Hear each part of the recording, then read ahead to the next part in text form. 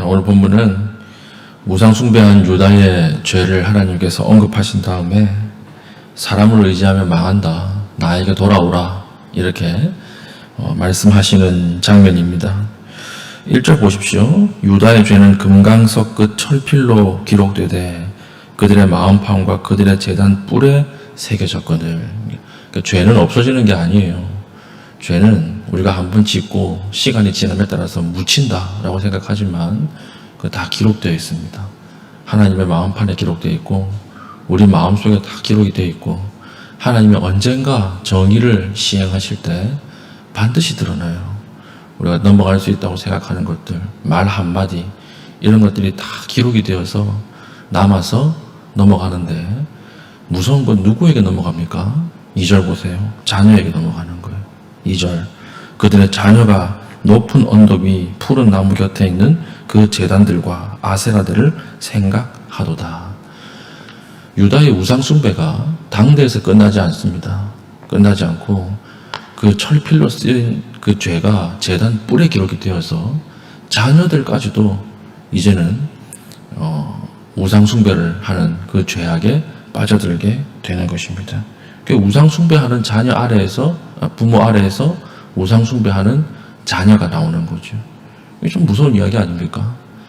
하나님이 당대에서 그 죄를 끝내지 않고 그 다음 세대까지 계속 이어서 끝없이 하나님 앞에 심판을 당하는 그런 진노가 일어난다라고 하는 것입니다.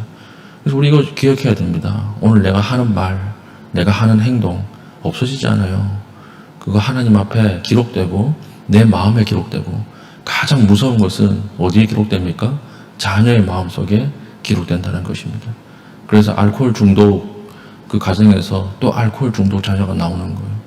폭력적 가정 아래에서 또 폭력적인 가정에 이 폭력이 재생산되는 것입니다. 그런 거 있다 그러잖아요.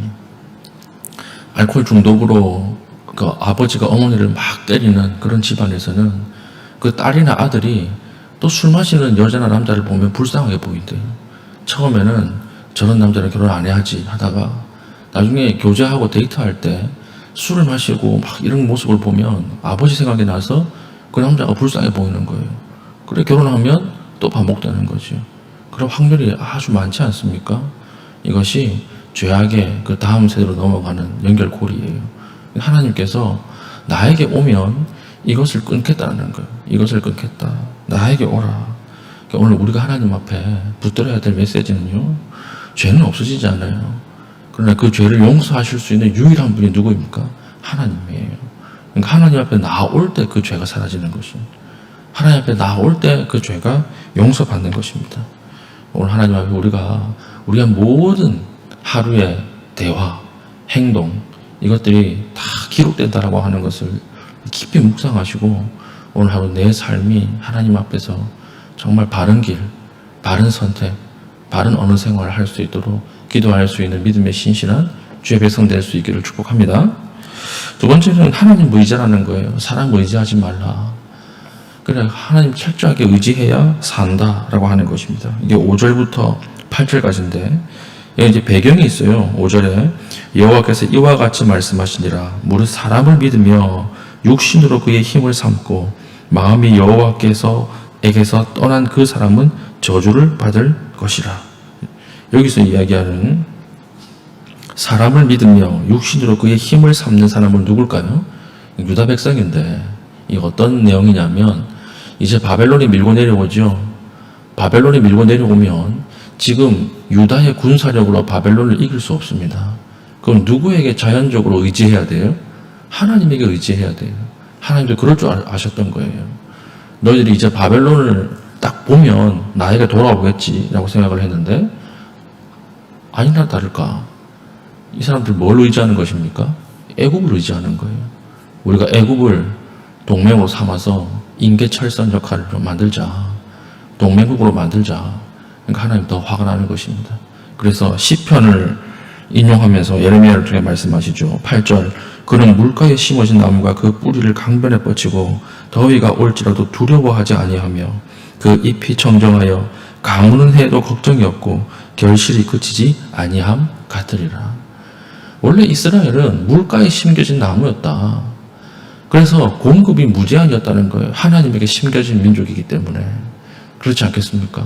물가에 심어진 나무에게 태양이 무슨 걱정이 있겠어요? 가뭄이 무슨 걱정이 있겠어요? 가뭄이 오면 올수록, 태양이 강하면 강할수록 물가에 심어진 나무는 더 좋아요. 왜 그렇습니까?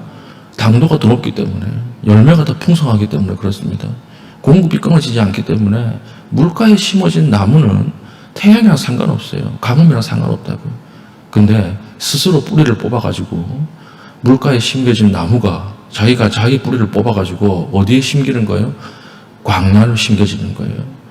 애굽을 의지하는 거예요. 그래서 공급이 끊어지고 애굽에게 배신을 당하고 결국 바벨론에게 심판을 당하고 넘어간다라고 하는 그 내용입니다. 그래서 계속 강조하는 것이 하나님을 의지하라. 하나님을 의지하라. 너희들 욕심을 버리고 하나님을 의지하라.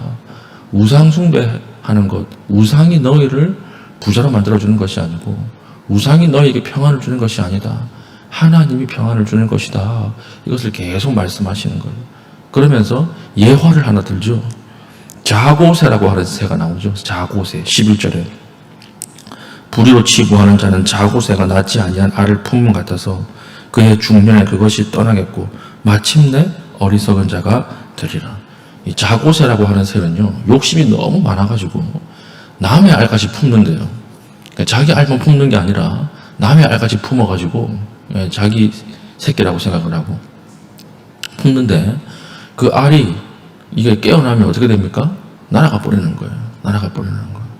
그러니까 이걸 지금 비유하고 있는 것입니다. 너희들이 욕심을 가지고 알을 품지만 그 알을 품어서 태어난 새끼의 영광을 누리지 못하는 거예요.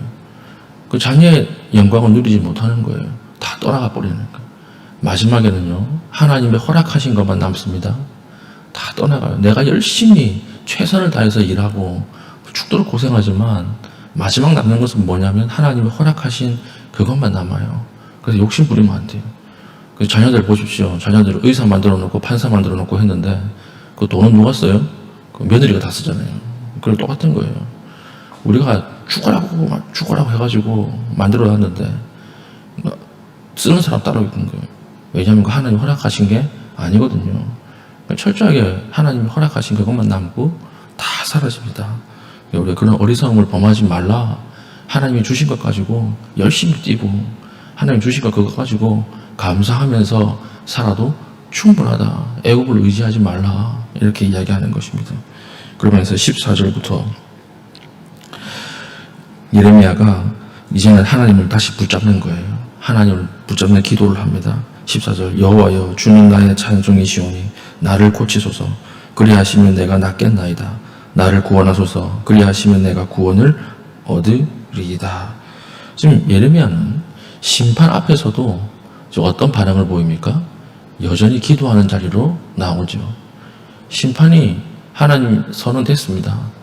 그러면 기도하든 안 하든 하나님이 심판하실 거니까 그냥 잠이나 자자 이게 아니에요. 우리가 하나님 앞에 심판이 선언이 되고 징계가 선언이 되었어도 우리가 하나님 앞에 엎드리는 그게 중요합니다. 그러니까 어저께 살폈잖아요. 심판이 있을 때는 수동적으로 끌려가는 수밖에 없어요. 우는 수밖에 없어요. 엎드리는 수밖에 없어요. 그때 심판이 빨리 지나가고 징계가 빨리 끝나는 것이지 그거 안 받겠다고 도망다니면요 더 큰 심판, 더 큰 징계로 이어지고 그 징계의 시간은 끝없이 길어집니다. 그러니까 징계 가운데 있을 때 어떻게 해야 되느냐? 엎드려야 돼요. 엎드리면 꺼져요. 엎드리면 괜찮아져요. 지금 예레미야가 이것을 하고 있는 거죠. 예레미야는 무엇을 알았던 것입니까? 문제 해결이라고 하는 것은 기도의 자리에서만 해결된다. 문제 해결은 기도의 자리에서만 해결됩니다. 다른 장소에서는 문제 해결이라는 게 없어요. 그래서 우리가 문제가 있고 어려움이 있을 때 기도의 자리로 나와야 하는 거예요. 기도로 엎드릴 수 있어야 한다라고 하는 것입니다. 우리는 어떻습니까? 문제가 있으나 그 문제를 가지고 사람을 의지하고 우리의 애굽을 의지하고 다른 것들을 의지하지 않습니까? 하나님 의지하십시오.